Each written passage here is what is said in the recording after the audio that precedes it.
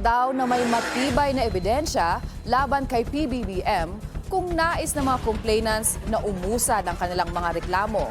Ayon sa isang kongresista, hindi ito tungkol sa posisyon kung hindi ay sa hawak na pruweba. Ama! Para patunayan na ang mga aligasyon.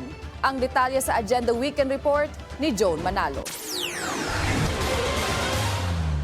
Ang House Committee on Justice ang magpapasya kung talaga bang sapat ang mga basehang nakasaad sa mga impeachment complaint na inihain laban kay President Bongbong Marcos. Ayon yan kay Lanao del Sur 1st District Representative Zia Alonto Adyong. Sa programang Politico Talks ng Billionaire News Channel, pinaliwanag ni Adyong na kinakailangan munang mapatunayan ang mga paratang laban kay PBBM. Ama! Filing a complaint is one thing, and substantiating that with evidence and getting the support of the House is another thing. Kasi pag sinasabi may offense na ginawa, unang-unang tanong is, would that rise to amount as an impeachable offense?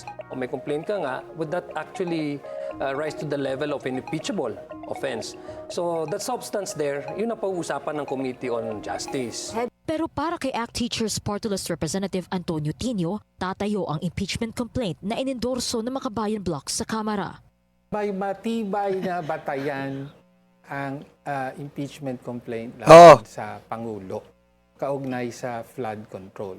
Kasama ng Makabayan Bloc na dumating sa Kamara nitong Huwebes, ang iilang miyembro ng bagong alyansang Makabayan o Bayan Nako talaga.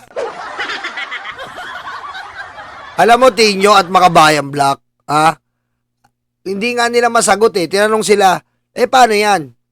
Pag na-impeach si BBM, si Sara mauupo. Ay, hindi pa rin kayo papayag. Aray ko. Hindi mo alam kung anong logic nila eh. 'Di ba? Hindi mo alam kung anong logic nila. Ang logic lang nila, manggulo sa bansa. Anak ka ng 'Di ba? Yan ang logic nila eh. Manggulo sa bansa. Mag-rally, magwelga, panggulo sa bansa. Aray ko. yan at iba pang progressive groups para isumite ang kanilang impeachment complaint. Betrayal of public trust ang naging basehan nito, kaugnay ang korupsyong bumabalot sa flood control scandal. Samantala, may komento rin si Adyong matapos pagdudahan ng iilang mga kritiko ang naunang reklamong inihain ni Attorney Andre De Jesus at inendorso ni Pusong Pinoy Party List Representative Jet Nisay. Why would the President risk his reputation, di ba? Kasi kung titingnan mo yung Tama. mga allegations nila, drug user, kidnapping, kinidnap daw si Presidente, yung kickback niya. These are most of these complaints are actually being publicly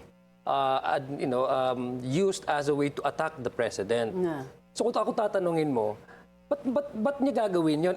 Hindi rin daw makatwiran para kay Adyong kung isasakripisyo ni PBBM ang kanyang reputasyon bilang pinakamataas na lider ng bansa. The President has that majority support from the House. Why would he risk his own reputation na knowing that whatever complaint, for example, kung hindi naman talaga substantiated, hindi naman talaga it would push through. I think as a President, let us remember that he also represents the country internationally. So the image not only within the country, but the image of the country because he represents the country to the international communities. Pero tila iba ang naging pagtingin ni Tino sa pinakaunang impeachment. Iba talaga ang pagtingin ni Tinyo. Kaya si Tinyo, ang pagtingin niya, ang mga kabataan, ang NBA. Aray ko. Diba? Yun ang pagtingin niya eh. Nasa bundok ang gobyerno.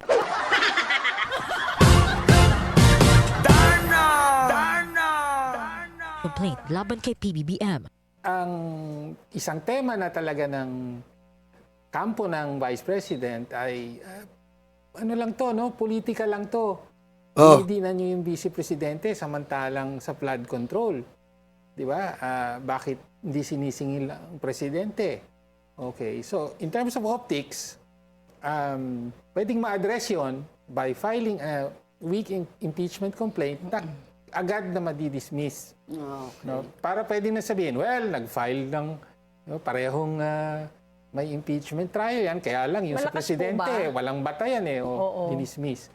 Nakatakdang bumalik ang Makabayan. Democratic country tayo eh. Ganun talaga. Ang gusto yata ni Tino, sila lang ang mag-file ng impeachment. Di ba? Sabi nga ni Yusik Claire, wala. Okay, file nyo, file. This is a democratic country. O, di file nyo. O, di mag-file din kayo. Wala problema eh. Pero yung sa inyo kasi, nakakapagtaka. Nakakapagtaka lang po ang mga gusto ma-impeach ang Pangulo.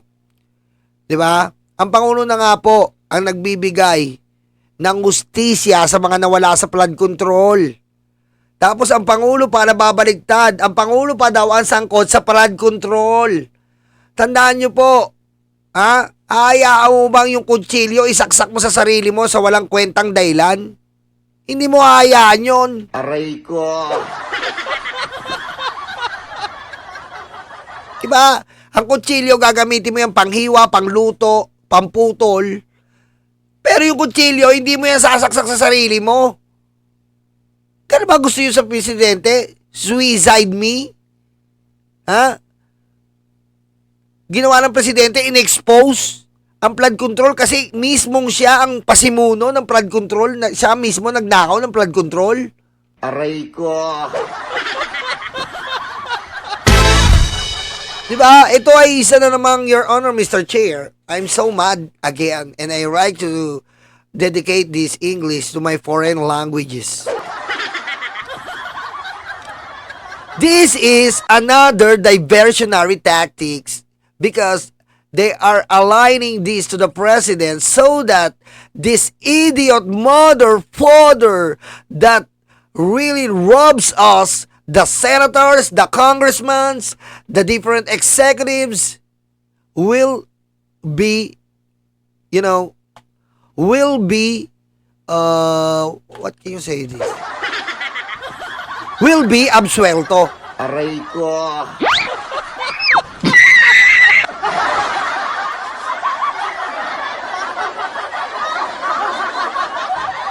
Okay? They want this mind conditioning, diversionary tactics because they are alarmed by the president's move.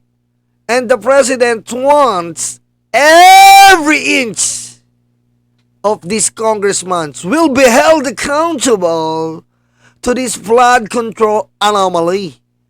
And now, these different senators, these different congressmen, these different contractors, these different secretaries has many different moves to attack our president because the president exposed it. And do you think, in this logical analysis, do you think the president is involved in this flood control in which he is the one exposed this flood control? Is stupid. Okay na, Mami Chris Rose. Okay na yun. Boundary na. Boundary na. Bayan Block at Bayan ngayong Lunes. Will be pardoned. Okay, Mami, thank you. Will be pardoned. Gutom na yata ako. Sa tanggapan ng House Secretary General. Mami Jem Barangay, ayan, para yan sa mga natin, international community. Kasi po, nahihirapan po sila, Mami Irene, Ma'am Jem Barangay, Mami Shelo, Ma'am Lorna Tanaguchi, mga international people, nahihirapan po na hindi na po sila sanay sa Pilipino. Kaya, for the sign of respect, I take it to the another level. Formal na ihain ang kanilang reklamo matapos hindi tanggapin ng opisina ang kanilang paghahain noong Huwebes. Out of office kasi si Secretary General Sheloy Garafil at hindi raw otorisadong tumanggap ang Executive Director ng tanggapan. Ito ang pangalawang verified impeachment complaint na haharapin ng Pangulo sa oras na maihain ito at mai-refer sa tanggapan ni House Speaker Bogie D. Bukod pa riyan ang nakaambang impeachment complaint, nabalak ding formal na ihain ng grupo ni na former Congressman Mike Defensor at Jing Paras at former Ilocos Sur Governor Chavit Singson. Para sa Agenda Weekend, Joan Manalo, Billionario News Channel. Okay, yan po ang sabi na, ewan ko sa inyo, Makabayan Black.